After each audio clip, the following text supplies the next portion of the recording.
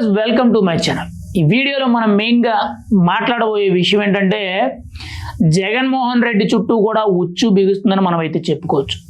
ఎందుకు ఏంటని మాట్లాడుకుంటే అదానీ కేసులకు సంబంధించి మెయిన్గా 1750 కోట్ల రూపాయల నిధులు అనేవి అదానీ అయితే జగన్మోహన్ రెడ్డికి లంచం ఇచ్చినట్లు భారీ ఎత్తున మీడియాలో ప్రచారం జరుగుతుంది. అయితే ఈ నేపథ్యంలో చూసుకుంటే జగన్మోహన్ రెడ్డికి ఖచ్చితంగా తాను తీసుకున్న లంచం ఏదైతే ఉందో ఆ లంచం గురించి ఇప్పుడు చాలా పెద్దగా చర్చ జరుగుతుంది.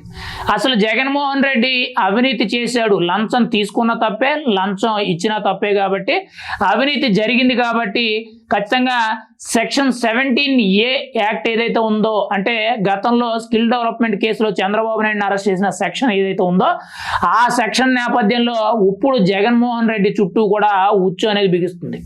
అసలు జగన్మోహన్ రెడ్డిని ఎందుకు అరెస్ట్ చేస్తున్నారంటే ఇక్కడ మెయిన్గా చూసుకుంటే అదానీ దగ్గర 1750 కోట్ల రూపాయల లంచం తీసుకొని ఒక యూనిట్ విద్యుత్ అనేది ₹2.49 కొనడమే కాకుండా ఎక్కడో రాజస్థాన్ నుంచి ఆంధ్రాకు అంటే ఆంధ్రప్రదేశ్కి ఆ విద్యుత్ని తీసుకురావడానికి ఇంకొక ₹3.5 వరకు కూడా ఖర్చు అవ్వడం జరిగింది.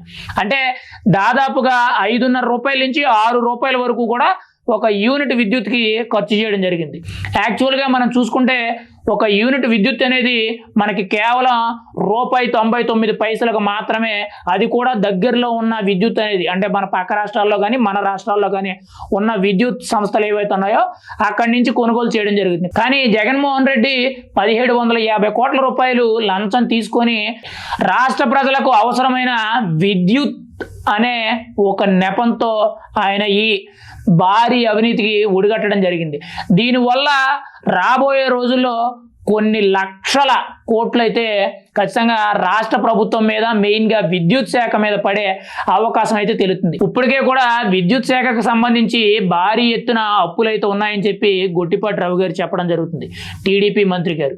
ఇక్కడ చూసుకుంటే దానివల్లే మళ్ళీ విద్యుత్ ఛార్జీలు పెంచవలసి వస్తుంది అనేటట్టు మొన్ననే విద్యుత్ ఛార్జీలు పెంచడానికి ఏదైతే ప్రభుత్వం తరపున నిర్ణయం తీసుకున్నారో దానిలో భాగం అని మనం అయితే చెప్పుకోవచ్చు. అయితే ఇదంతా కూడా పక్కన పెడితే జగన్మోహన్ రెడ్డి అదానీ దగ్గర లంచం తీసుకున్నది అనేది చాలా పెద్ద ఎత్తున సర్క్యులేట్ అవుతుంది. ఇక్కడ జగన్మోహన్ రెడ్డికి ప్రస్తుతానికైతే ఎటువంటి అరెస్టులకు కానీ ఎటువంటి జైలుకు వెళ్ళే అవకాశం అయితే లేదు. కానీ రాబోయే రోజుల్లో ఖచ్చితంగా ఈ అదానీ కేసులో మెయిన్గా చూసుకుంటే అమెరికాలో ఏదైతే FBI టీం అంటే ఎక్కడ CBI ఎలాగో అక్కడ FBI ఎలాగ, కాబట్టి వాళ్ళు ఇన్వెస్టిగేషన్ చేసి అదానీని ఖచ్చితంగా జైల్లో పెట్టినట్లయితే ఖచ్చితంగా ఆయనతో పాటు జగన్మోహన్ రెడ్డి కూడా జైలుకు వెళ్ళే అవకాశం ఉంది.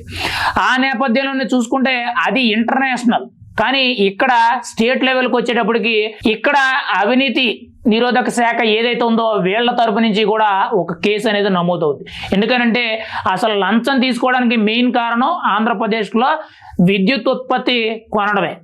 అయితే ఈ విద్యుత్ ఉత్పత్తిలో మెయిన్గా చూసుకుంటే జగన్మోహన్ రెడ్డి 7000 మెగావాట్లు అనేవి కొని దాదాపుగా 1750 కోట్లు లంచం తీసుకున్నట్టు చాలా గట్టిగా ఆరోపణలు అయితే వస్తున్నాయి. ఈ నేపథ్యంలో చూసుకుంటే ఇక్కడ కేసులు నమోదైనవి అంటే మాత్రం వెంటనే కూడా జగన్మోహన్ రెడ్డిని అరెస్ట్ చేయవలసి వస్తుంది. అయితే ప్రస్తుతానికి జగన్మోహన్ రెడ్డి ఏదైతే అవినీతి చేశాడు, లంచం తీసుకున్నాడని ఏవైతే ఆరోపణలు వస్తున్నాయో ఆ ఆరోపణల వెనకాల నిజాలు ఎంత ఉన్నాయి, ఎంతవరకు కూడా జగన్మోహన్ రెడ్డి జైలుకు వెళ్ళడానికి అవకాశం ఉంది, వెళ్తే బెయిల్ వస్తుందా రాదనేటట్టు కూటమి ప్రభుత్వం తరపు నుంచి కొంతమంది న్యాయ సలహాదారులను అయితే వివరాలు తీసుకోవడం జరుగుతుంది. ఖచ్చితంగా రాబోయే రోజుల్లో ఈ న్యాయవాదులు వాళ్ళు ఇచ్చే సలహాలు ఏవైతే ఉన్నాయో అవి ఖచ్చితంగా పనిచేస్తాయనుకున్న నేపథ్యంలో ఖచ్చితంగా జగన్మోహన్ రెడ్డి మీద అవినీతి కేసు అనేది ఖచ్చితంగా నమోదవుద్ది. నమోదైన వెంటనే కూడా గవర్నర్ దగ్గరికి వెళ్ళి జగన్మోహన్ రెడ్డిని అరెస్ట్ చేస్తున్నట్లు ఒక అరెస్ట్ వారెంట్ అనేది తీసుకోవాలి. ఎందుకు అనంటే జగన్మోహన్ రెడ్డి ఒక మాజీ ముఖ్యమంత్రి కాబట్టి, ప్రజెంట్ ఒక ఎమ్మెల్యే కాబట్టి, ఒక పార్టీకి అధ్యక్షుడు కాబట్టి ఖచ్చితంగా గవర్నర్ ఆమోదం లేనిదే అరెస్ట్ చేయడం కుదరదు. కానీ గతంలో చంద్రబాబుని అరెస్ట్ చేసినప్పుడు అవేవి కూడా జగన్మోహన్ రెడ్డి పాటించలేదు. ఒక న్యాయబద్ధంగా ఒక రూల్స్ అండ్ రెగ్యులేషన్స్ ఫాలో చేస్తూ వెళ్తున్నట్లు కూటమి ప్రభుత్వం అయితే తెలుస్తుంది. ఖచ్చితంగా విద్యుత్ శాఖలో ఏదైతే జగన్మోహన్ రెడ్డి అవినీతి చేశాడో అక్కడ ఏవైతే 7000 మెగావాట్లు కొన్నాడో అవన్నీ కూడా బయటకు తీసే విధంగా కూటమి ప్రభుత్వం అయితే పావులు కదుపుతుందని మనకైతే తెలుస్తుంది. ఖచ్చితంగా ఆ నేపథ్యంలో మాత్రం జగన్మోహన్ రెడ్డి అరెస్ట్ అయితే మాత్రం సెక్షన్ 17A కేసు కింద ఆయన నమోదైతే ఖచ్చితంగా భారీ స్థాయిలో జైలుకు వెళ్ళే అవకాశం అయితే ఉంది. ఇక్కడ ఖచ్చితంగా జగన్మోహన్ రెడ్డి జైలుకు వెళ్ళాడు అని అంటే ఇంకా రాజకీయ భవిష్యత్తు 100% లేనట్టే. ఎందుకంటే గతంలోనే చాలా ఆరోపణలు ఎదుర్కొని 16 నెలలు జైల్లో ఉండి తర్వాత ఎన్నో కష్టాలు పడితే కానీ 2019లో ఒక్క ఛాన్స్ అని చెప్పి నాన్నగారి పేరు చెప్పుకొని ఆయన ముఖ్యమంత్రి అవడం జరిగింది.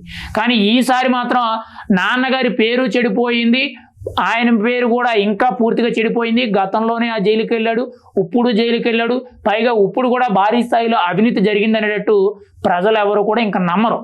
ఆ పరిస్థితి వచ్చే అవకాశం అయితే తెలుస్తుంది. మరి రాబోయే రోజుల్లో జగన్మోహన్ రెడ్డి అరెస్ట్ అవుతారా, అరెస్ట్ అయితే ఖచ్చితంగా జైలుకు వెళ్తారా లేదని చూడాలి. ఇందులో మెయిన్గా చూసుకుంటే జగన్మోహన్ రెడ్డిని అరెస్ట్ చేస్తే సరిపోద్దా, ఆయన తప్పు చేశారా లేదనడానికి అప్పటి విద్యుత్ శాఖ మంత్రి అయిన బాలినేని శ్రీనివాసరెడ్డి ఒక వాంగ్మూలం అనేది ఇవ్వాలి. ఖచ్చితంగా ఆయన హ్యాండ్ అందులో ఉందా లేదనేది ఆయన కూడా నిరూపించుకోవాలి.